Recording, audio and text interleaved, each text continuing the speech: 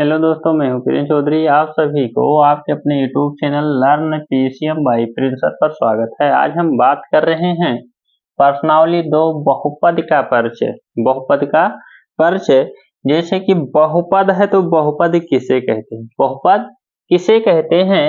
तो ऐसा बीजीय व्यंजक जो ये n x पे पावर n प्लस ये n-1 x पे power n-1 plus dot dot dot plus ये 1 x पे पावर 1 प्लस ये 0 x पे पावर 0 के रूप में व्यक्त हों, उन्हें बहुपद कहते हैं। उन्हें बहुपद कहते हैं जहां ये n क्या ये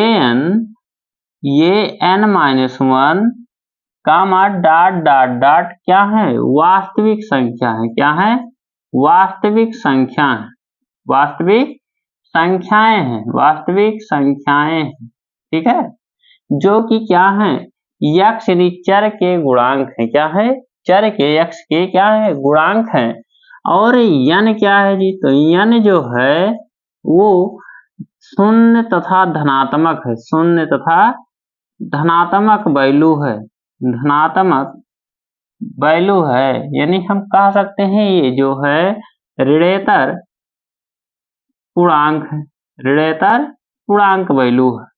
ठीक है, अगर ये सभी हैं तो ये क्या कहलाएंगे? बहुपद कहलाएंगे। क्या कहलाएंगे? बहुपद। फिर आगे चल बढ़ते हैं। बहुपद की घात क्या होती है? बहुपद की घात। बहुपद की घात किसे कहेंगे? तो बहुपद की जो घात होती है किसी चर राशि पर, किसी चर राशि पर सबसे बड़ी घात वाले घातांक वाले पद को, घातांक वाले पद को, यानी सबसे बड़ी जो घात वाले घातांक वाला पद होता है वो क्या कहलाता है? बहुपद की घात कहलाती है। चर राशि पर सबसे बड़ी घात यानी घातांक वाले पद को बहुपद की क्या कहते हैं? घात कहते हैं। जैसे एग्जाम्पल मान लेते हैं, कोई बहुपद है f(x) = 5x पे power 4 plus 3x square plus 2। अगर पूछा जाए कि इसमें बहुपद की घात कितनी है, तो चर राशि पर सबसे बड़ी वाली जो घातांक होती है, घातांक वाला पद होता है, उस पर पावर मैक्सिमम देखा जाता है। कितना है जी? कितना है? 4।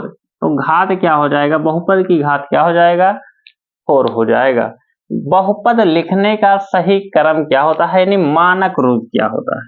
मानक रूप क्या होता है? बहुपद को आप कैसे लिखेंगे? तो बहुपद को आप घातों के बढ़ते हुए क्रम में या घटते हुए क्रम में कह सकते हैं कि अगर इनको लिखना है तो आरोही क्रम में लिखो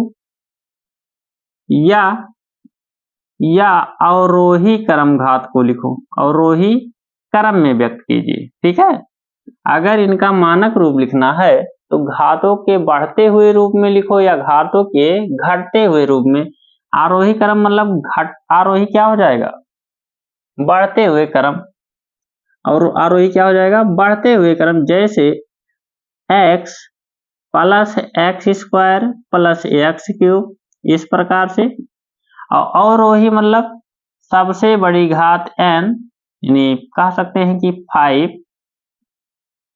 x पे पावर 5 प्लस x पे पावर 4 प्लस x पे power 3 plus dot dot dot.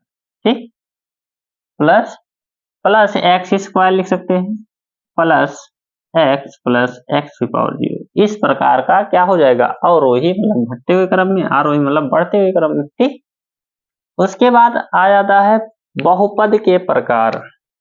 क्या आ जाता है?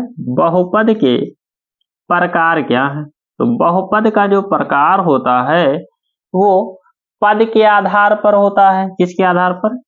पद के आधार पर होता है और घात के आधार पर होता है। तो पहले बात कर लेते हैं पद के आधार पर।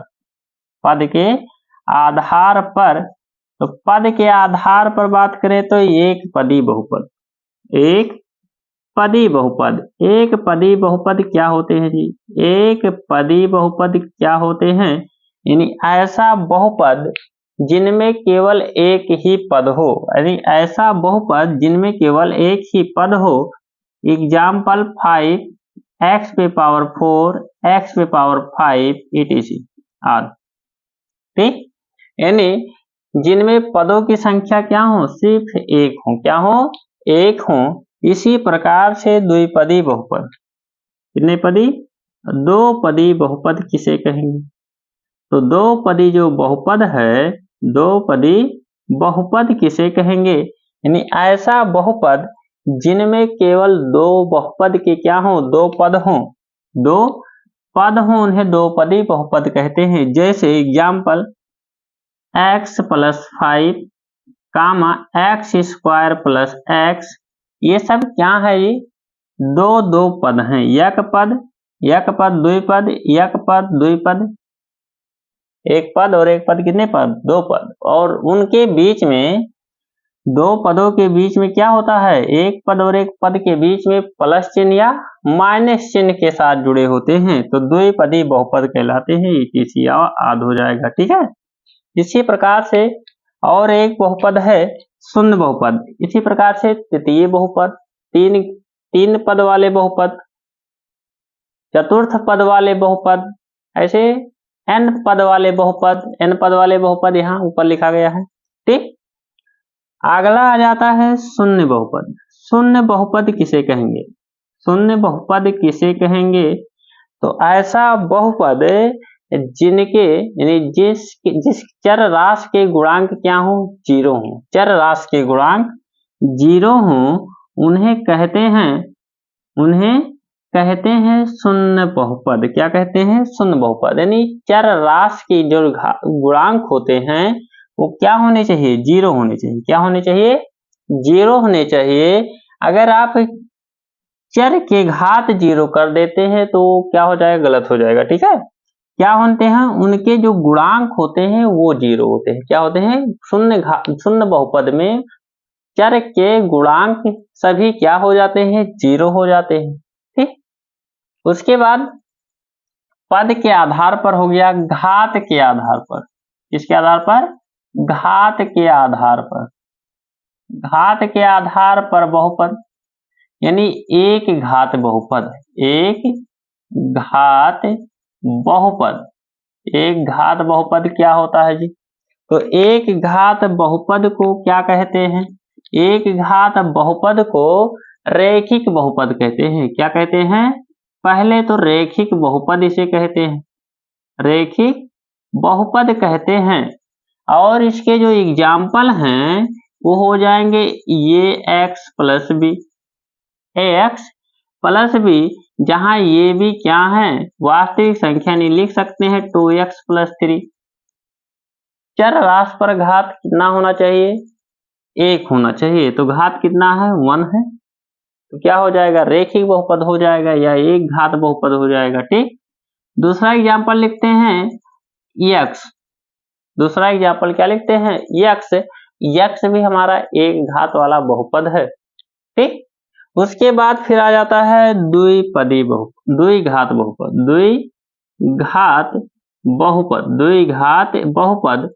इसे क्या कहते हैं जी? द्विघात बहुपद किसे कहते हैं? यानी जिस बहुपद में चर राशि की घात क्या हो, दो हो, चर राशि की घात क्या हो, दो हो, उन्हें द्विघात बहुपद कहते हैं। जैसे 2x square plus 5x plus 3, ये क्या हो गए, द्विघात बहुपद। चर राशि पर कितना घात है जी? तो दो घात। कामा x स्क्वायर प्लस 5 कामा x स्क्वायर, ये सारे क्या है एग्जाम्पल? ये सारे एग्जाम्पल द्विघात बहुपद के एग्जाम्पल हैं, द्विघात बहुपद। इसी प्रकार से तृतीय घात, यानी त्रिघात बहुपद या तृतीय घात बहुपद, घात बहुपद, ये क्या होते हैं? ये क्या होते हैं? यानी बहुपद के, ऐसा बहुपद जिसके चर राशि पर घात क्या हो, चर राशि पर घात क्या हो, 3 हो। क्या हो? 3 हो, तो उसे तृतीय घात बहुपद कहते हैं। एग्जाम्पल ये, यानी 2x पे पावर 3 प्लस 2x या 2 5x³ 5x³ etc. ये सभी क्या हैं? त्रिघात बहुपद है। अगर हम एक घात का मानक रूप लिखें, एक घात वाले बहुपद का मानक रूप, इसके सभी के मानक रूप लिख दें, सभी के किसके रूप में? मानक रूप में।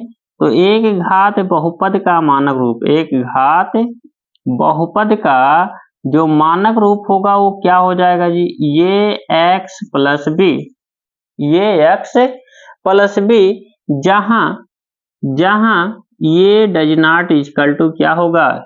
0 होगा। क्या होगा? 0 होगा। और ये कामा बी वास्तविक संख्या होगा। क्या होगा? वास्तविक संख्या होगा। ठीक है, वास्तविक संख्या है। इसी प्रकार से द्विघात बहुपद का जो मानक रूप है वो क्या हो जाएगा? ये x² plus bx plus c, इसमें भी ये डज नॉट इक्वल टू 0 और ये भी c वास्तविक संख्या है। क्या है? वास्तविक संख्या है। और अगला तृतीय घात यानी त्रिघात बहुपद के घात, तृतीय घात बहुपद या त्रिघात बहुपद का मानक अगर आपको रूप लिखना है तीन घात वाले, तो क्या हो जाएगा? ax³ plus bx² plus cx plus d क्या हो जाएगा? त्रिघात बहुपद के मानक रूप हो जाएंगे। ठीक है, कितने रूप में हो जाएंगे? मानक रूप में हो जाएंगे। ठीक है, अब हमें पढ़ना है बहुपद। क्या पढ़ना है? बहुपद। ठीक, अगर यहाँ तक वीडियो पसंद आया हो तो लाइक, शेयर और सब्सक्राइब जरूर कीजिएगा। Thank you.